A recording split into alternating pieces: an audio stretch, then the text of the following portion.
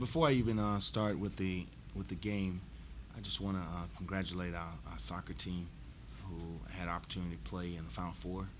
Um, what a wonderful season they had to get to the Final Four and to play to like a 1-0 game. That's a tremendous effort, and they represented Rutgers University the way that Rutgers University needs to be represented. So we're just happy for them, proud of them, and proud of what they did for our athletic department. Now, the game, I was so disappointed that we let it slip away. When we had moments where we was right there, we make a great play, and Maryland, being such a terrific team that they answered.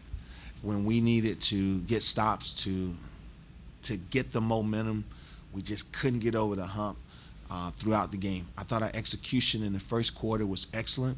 I thought in the second quarter we couldn't maintain the execution that we needed to. And then in the third and fourth quarter, we had to dig ourselves out of a hole. But we're so proud of our kids. We got about 80% of everything we want to do in.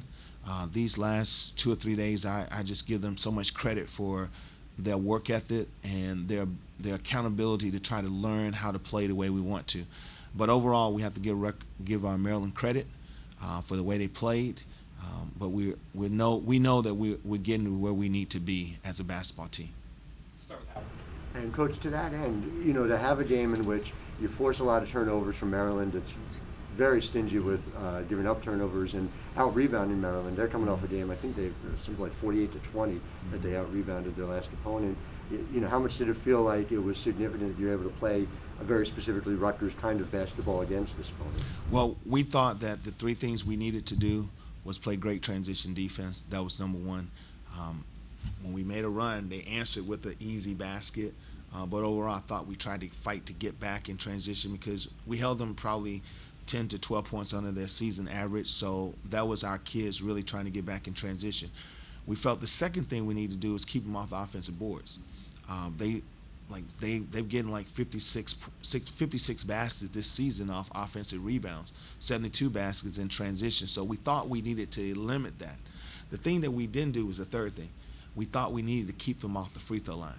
Last game it was 25 for 34, and I think today there was 20 for 27.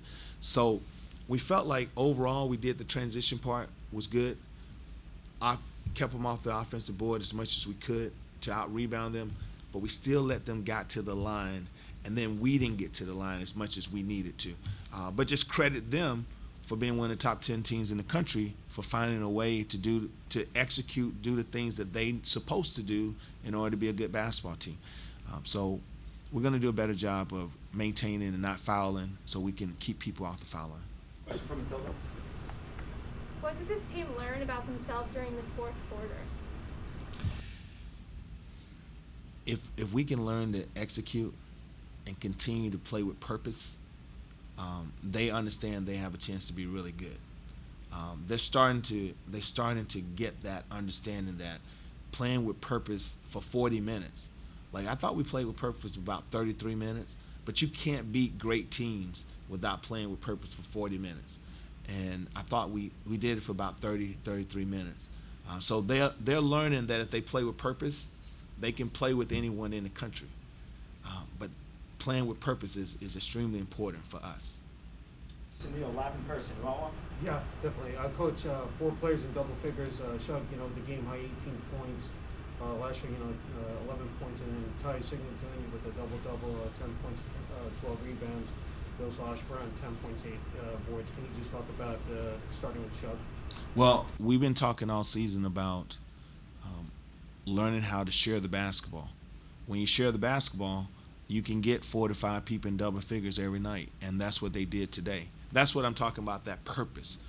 So some teams are good enough to come down 1 or 2 passes and shot. That's not the way we're built. We're built with playing with purpose to understand who we're looking for, when we're looking for those people. Not only are we looking for them to just take shots in rhythm, but you can't offensive rebound when you don't know who's taking the shot. So I thought what they've done these last couple of days in practice, actually the 2 days prior to Pittsburgh, the day before the Pittsburgh game, we've been really focusing on trying to execute. And I think the more we continue to do that and understand, we should see 5 to 6 people in double figures, because I think Jalen could have had opportunity to be in double figures. She just didn't make her shots. She got open looks, but she just didn't knock them down. So we're going to continue to play with purpose. Dixon is a terrific basketball player. She sees it. She understands it. You know, we have great conversation during the game, and that's important for a point guard, to be able to have great conversation with a head coach. And right now we're on the same page, and so we just need to continue to stay focused, not to get frustrated and continue to share the basketball. Sometimes when you share it and the person on the receiving end don't score it, you tend to want to shoot it yourself. So we just got to continue to tell her to stay positive, keep giving them the basketball, and we're going to get those baskets. Come back to you. Dennis, you're up. Dennis from the Associated Press. You can unmute. This video is not on. So, hey, Coach. Hi, Dennis. You guys cut the lead to 56-52, I guess, with 6 minutes to go in the fourth quarter. After that, does it come down to Maryland's experience kind of winning the day? That comes down to us not being able to execute when we need to. And then when you're not able to get to the shot that you want to get to, then Maryland experience and talent steps up to the plate and get steals in transition, get run outs when we needed to execute. We had the ball on the left wing. We was trying to get the ball to the top of the floor so we can have an isolation to go one-on-one. But we didn't step the dribble off. We tried to make the pass on the defense, and then their talent stepped in the pass lane to make a play. So credit Maryland to their defensive effort and their offensive execution, but understand that we've got to get better with our execution so down the stretch we can get to the shot that we want. Finish up, Howard.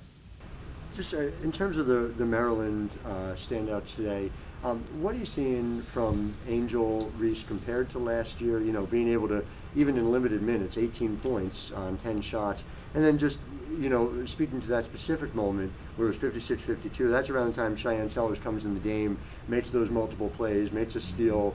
You know, how significant is it that, you know, Brenda can bring her as the 7th person off her bench, essentially? Well, you know, someone asked me earlier in the week, say, Maryland is down. I said, down? 1 through 7, All-Americans. McDonald's All-Americans, so they're not down. First of all, Brenda does such a wonderful job with her group. There's a lot of people who have lots of talent but can't get the talent to play together. What she does is she recruits a lot of talent, and she gets that talent to play together. They share the basketball. I mean, today there was 15 assists, 15 turnovers. So they're trying to look for each other. And when she can get them all, when she gets them all to play together, like she does, they're a wonderful team to play against. That's why we felt like we needed to square Angel up and not force her left or force her right, because she's so quick on her first step. We never got to the square up on her. She caught the ball in the high post. We never got to 10 toes facing half court where we were right squaring her up to make her make a play outside of her comfort zone. We gave her the lane too much. But a credit to Angel, that the willingness to want to score when the game's on the line, that's a great player for you. And so they both, Sellers is going to be a terrific basketball player for them. She plays the 1 for them. She can go down to the 4 for them. She's playing the 2. She's playing 3. She's understanding what Brenda wants for her to do, and she's just done a wonderful job for them. So we credit them for their effort. We know that in order to beat a team like Maryland, you got to play your A game. You can't bring B into the action. It's got to be your A game to have a chance. And today I thought we played our B game, but in order to beat them, you got to bring your A game. Anything else, Howard? Thank you so much. I just want to say this though. I'm so excited about where we're going. Like in St. Thomas, we took good shots, but we had no idea who was taking the shot. Pittsburgh, we took shots. We found out we can do this. Today we executed, so I'm so proud of where we're going with our team, that we got to continue to take steps forward. We got a big game coming up against Penn State, but more importantly, we got practice these next 3 days to get ready to play a great team. But we're just happy about where we're going, and we're excited about what this team can be. Thank you, Coach. Thank you all.